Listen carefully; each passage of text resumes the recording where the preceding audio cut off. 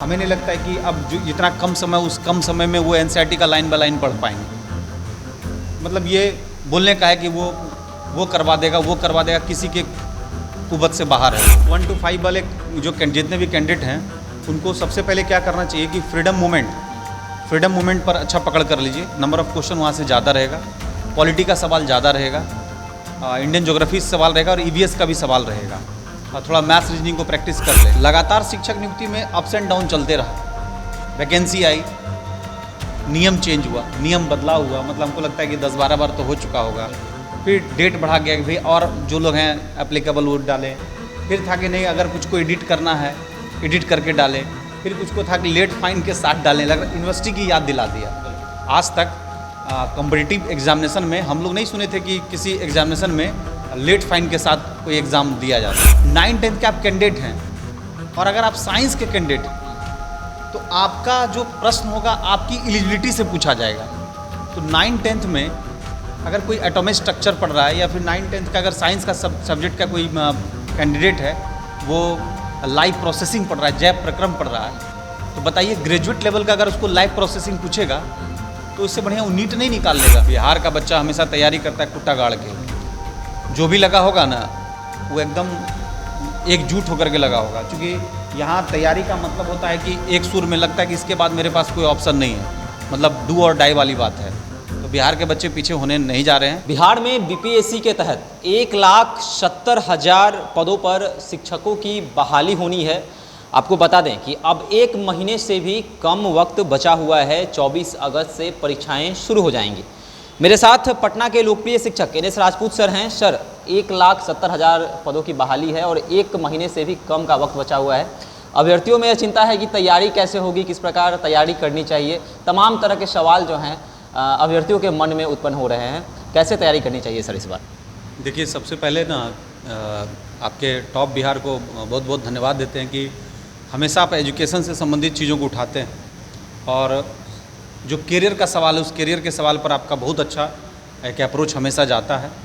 तो मुझे लगता है कि व्यूअर्स के लिए बहुत ज़्यादा फ़ायदेमंद है। लेकिन जहाँ तक सवाल रहा शिक्षक नियुक्ति का, तो लगातार शिक्षक नियुक्ति में अप्स एंड डाउन चलते रहा। वैकेंसी आई, नियम चेंज हुआ, नियम बदला हुआ, मतलब हमको लगता है कि 10-12 बार तो हो चुका होगा। फिर डेट बढ़ा गया कि भाई और जो लोग हैं एप्लीकेबल वो डालें। फिर था कि नहीं अगर कुछ को एडिट करना है एडिट करके डालें। फिर कुछ को था कि लेट फाइन के साथ डालें। यूनिवर्सिटी की याद दिला दिया। आज तक कॉम्पिटिटिव एग्जामिनेशन में हम लोग नहीं सुने थे कि किसी एग्जामिनेशन में लेट फाइन के साथ कोई एग्ज़ाम दिया जाता है। तो चलिए, बीपीएससी इसका इनिशिएटिव ली है। बीपीएससी से बहुत सारी चीज़ों का इनिशिएटिव लेती है, 5 ऑप्शन का इनिशिएटिव। अब बताइए, बिहार शिक्षक नियुक्ति में आप कैंडिडेट से एक्सपेक्ट क्या कर रहे हैं? कह रहे हैं कि अगर आप 9-10 के कैंडिडेट हैं, सोचिएगा, आप ज़रा सा सोचिएगा तो कितना आपको मज़ा आएगा सोचने में। ये चीज़ को सोचिएगा, 9-10 के आप कैंडिडेट हैं और अगर आप साइंस के कैंडिडेट हैं तो आपका जो प्रश्न होगा आपकी एलिजिबिलिटी से पूछा जाएगा। तो 9-10 में अगर कोई एटॉमिक स्ट्रक्चर पढ़ रहा है या फिर 9-10 का अगर साइंस का सब्जेक्ट का कोई कैंडिडेट है वो लाइव प्रोसेसिंग पढ़ रहा है, जैव प्रक्रम पढ़ रहा है, तो बताइए ग्रेजुएट लेवल का अगर उसको लाइव प्रोसेसिंग पूछेगा तो उससे बढ़िया वो नीट नहीं निकाल लेगा। मेडिकल में नीट का एग्जामिनेशन होता है, 11-12 का क्वेश्चन पूछा जाता है। सबको पता है कि एनसीईआरटी पढ़िए हो जाएगा। आप वहीं से अनाउंस किए थे कि एनसीईआरटी पढ़िएगा आपका हो जाएगा। तो हमको लगता है कि आप टीचर बनाने जा रहे हैं तो सबसे पहले बिहेवियर क्वेश्चन को आपको ध्यान में रखना होगा। और अगर मान लीजिए कुछ 9-11-12 टाइप के क्वेश्चन को आप डाल दिए, आप कोशिश ही किए कि भाई जब बनाने नहीं देना है, तो ये वैकेंसी सिर्फ संख्या में रह जाएगा, पास नहीं कर पाएंगे। हेडमास्टर वाला हाल होने जा रहा है। हेडमास्टर वाले में नंबर ऑफ़ वैकेंसी बहुत था, 500 लोग क्वालिफाई नहीं कर पाए। इसका यह मतलब है कि अगर हम चाह लें कि 100 क्वेश्चन का प्रारूप तैयार कर दें और कोई 20 पार नहीं कर पाए तो एकदम नहीं कर पाएगा। लेना होगा तो फिर नॉर्मल क्वेश्चन का अप्रोच होगा, नहीं लेना होगा तो हम इतना टफ क्वेश्चन डाल देंगे कि आपका होगा ही नहीं।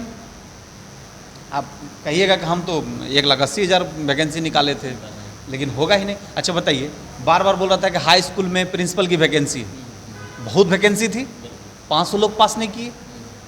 तब ये तो आयोग के मुट्ठी में है और 5 ऑप्शन है। यहाँ 4 ऑप्शन में लोगों को तबाही होता है, 5 ऑप्शन है, निगेटिव मार्क्स है और आप उसको बोल रहे हैं कि आपके एलिजिबिलिटी के तक आपसे सवाल पूछा जाएगा। तो हम आपसे पूछना चाहते हैं कि जो नीट का एग्जामिनेशन होता है मेडिकल का, उसमें 11-12 का जो सवाल पूछा जाता है वहीं तक का, और उसको डॉक्टर बनाते हैं, आप इनको क्या बना दीजिएगा?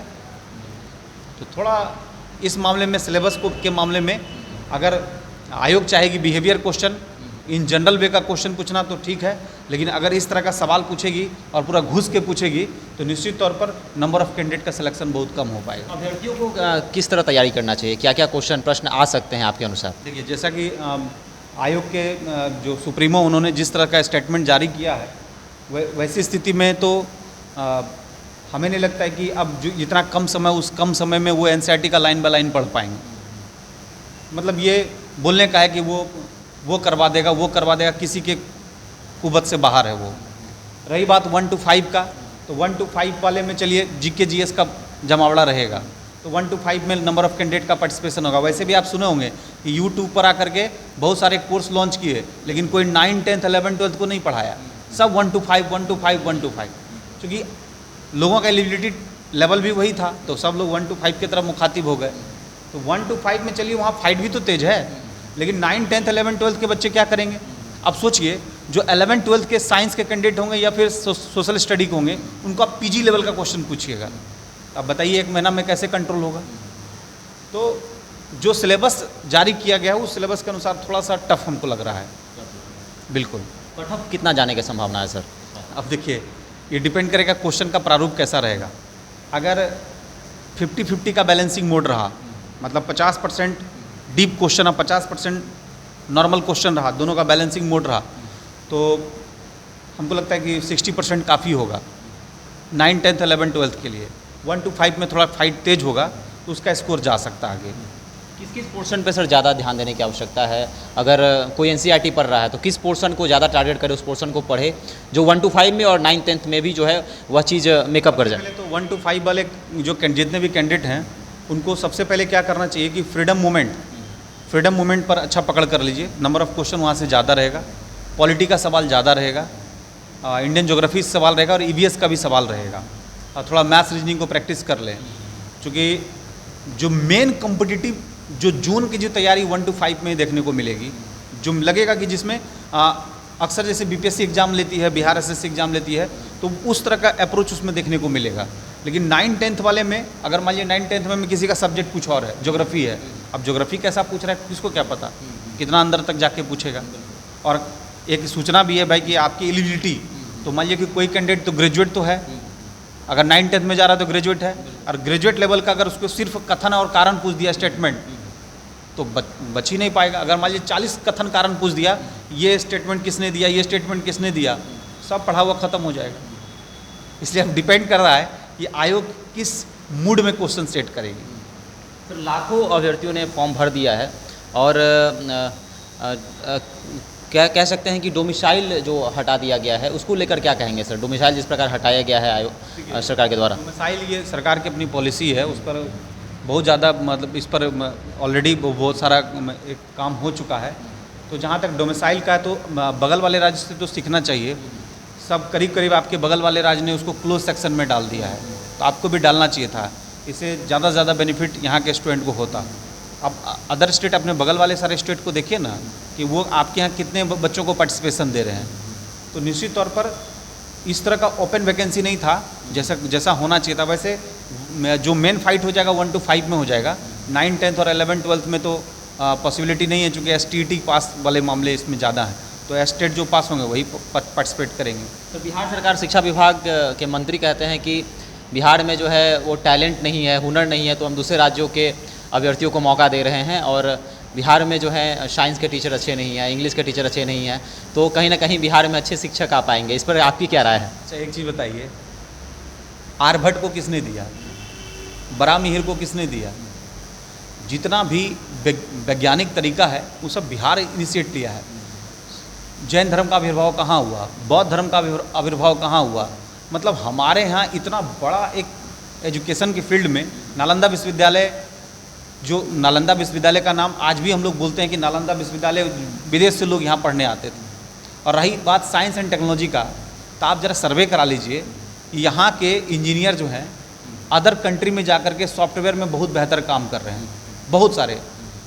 यहाँ के बच्चे जो है आईआईटी और आईएएस में बहुत ज़्यादा क्वालिफाई करते हैं। आप इस तरह का तजुर्बा कहाँ से तजुर्बा लेकर आए कि साइंस के यहाँ की जानकारी नहीं है बच्चों को, यहाँ के साइंस के टीचर अच्छे नहीं हैं। हमको ये बता दीजिए कि आज कोटा आप जाइए या फिर आप दिल्ली जाइए, नंबर ऑफ़ कैंडिडेट आपको जितना भी फैकल्टी मिलेंगे वो बिहार के होंगे, उत्तर प्रदेश के होंगे, राजस्थान के हिंदी भाषी क्षेत्रों के होंगे।